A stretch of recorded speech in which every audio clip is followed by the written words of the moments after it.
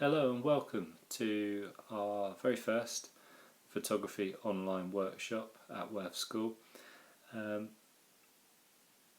Ever since our studio doors closed and the online studio opened, I've been really inspired by the creativity on show from both our artists and our photographers at school, and also up and down the country. There's been such wonderful work being shared by other practitioners on Twitter and Instagram. It's been truly inspiring to look at each day, particularly when the lockdown restrictions were the most tight and restricting.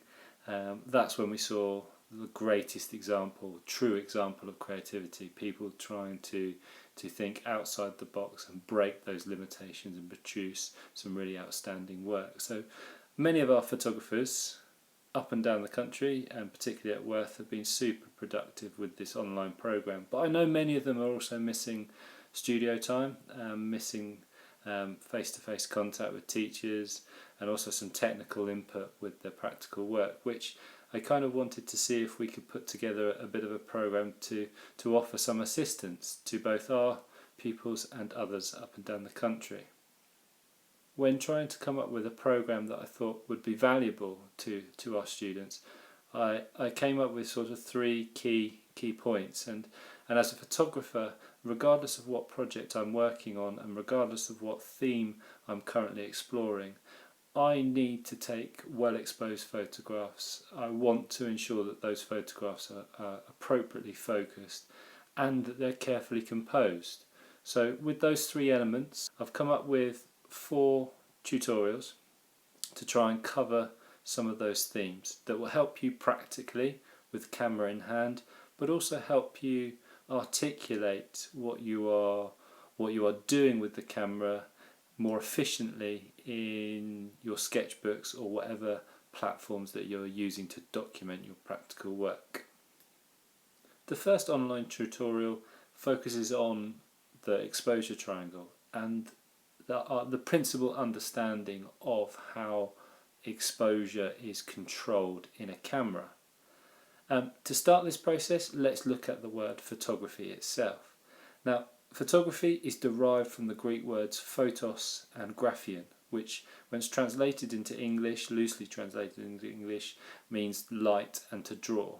So significantly, we are focusing on the camera's ability to use light in order to create a record of an event happening in front of it, like the drawing that it describes.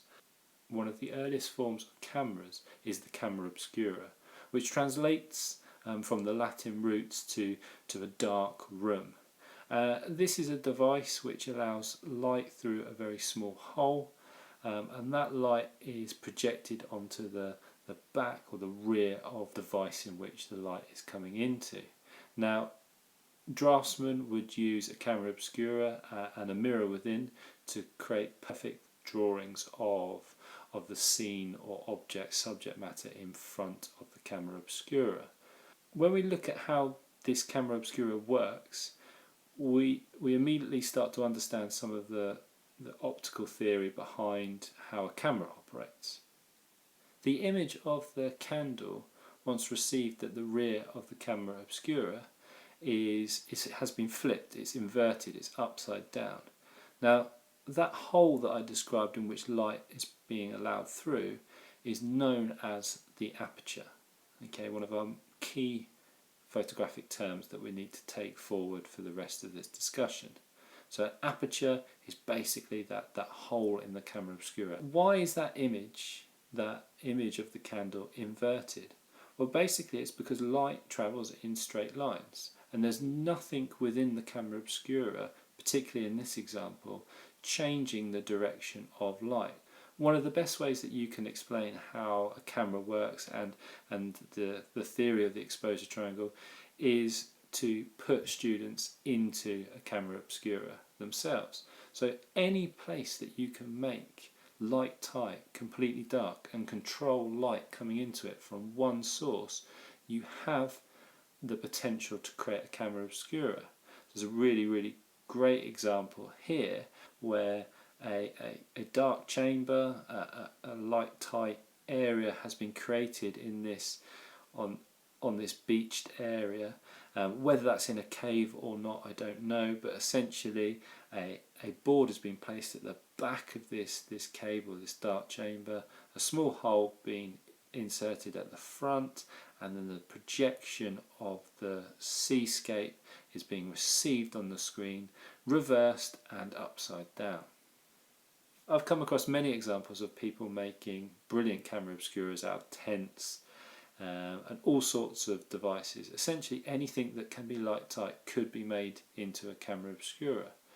This was a really good example, I found, really interesting example, an unintentional camera obscura. These deep opaque black blinds with the small eyelets at the top have basically acted like an aperture here. So the light somehow has been projected up towards the top of the ceiling, so it's either being reflected off a surface outside this building or is coming from a completely unique angle, and it's coming through those eyelet holes and being projected onto the ceiling. So those eyelets are acting as the aperture, and the ceiling is the surface in which that image is being received, again upside down.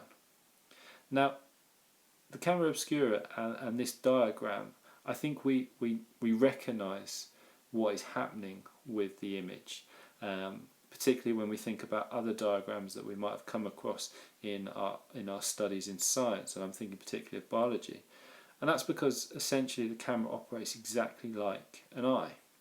Where the image is received at the back of a camera obscura, the images that we receive are being received in our retina, again upside down. It's not until that image is sent along the optical nerve to our brain that we translate and flip that image. The only difference that you can notice from the two diagrams when placed together is the fact that if you're using a zoom lens, you have the ability to adjust your focal distance.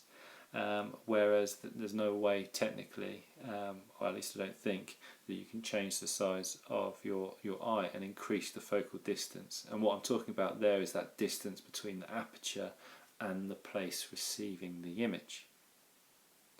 Okay, taking this forward and looking at it again in a little bit more detail, we can see quite clearly here in this diagram that retina is just like either the film on an analog camera or a sensor on a digital camera.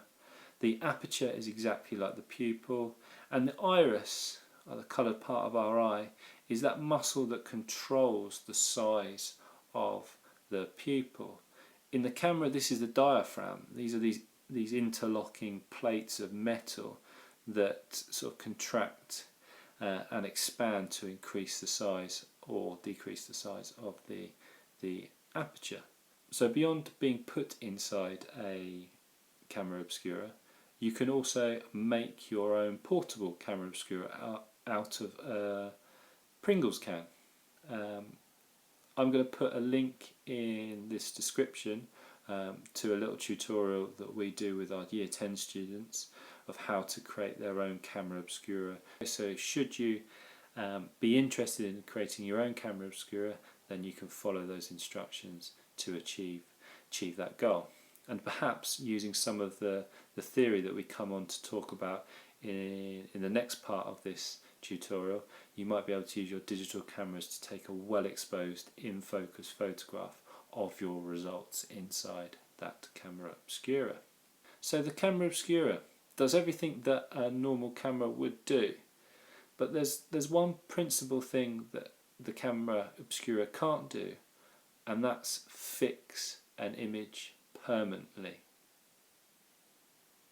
In order for us to achieve that, we need to add two more elements to the camera. We need to control the amount of light coming in for a certain period of time, and we need a surface that is going to receive the light and capture it. How we do that and how these three components work together will determine how well exposed our photograph is going to be.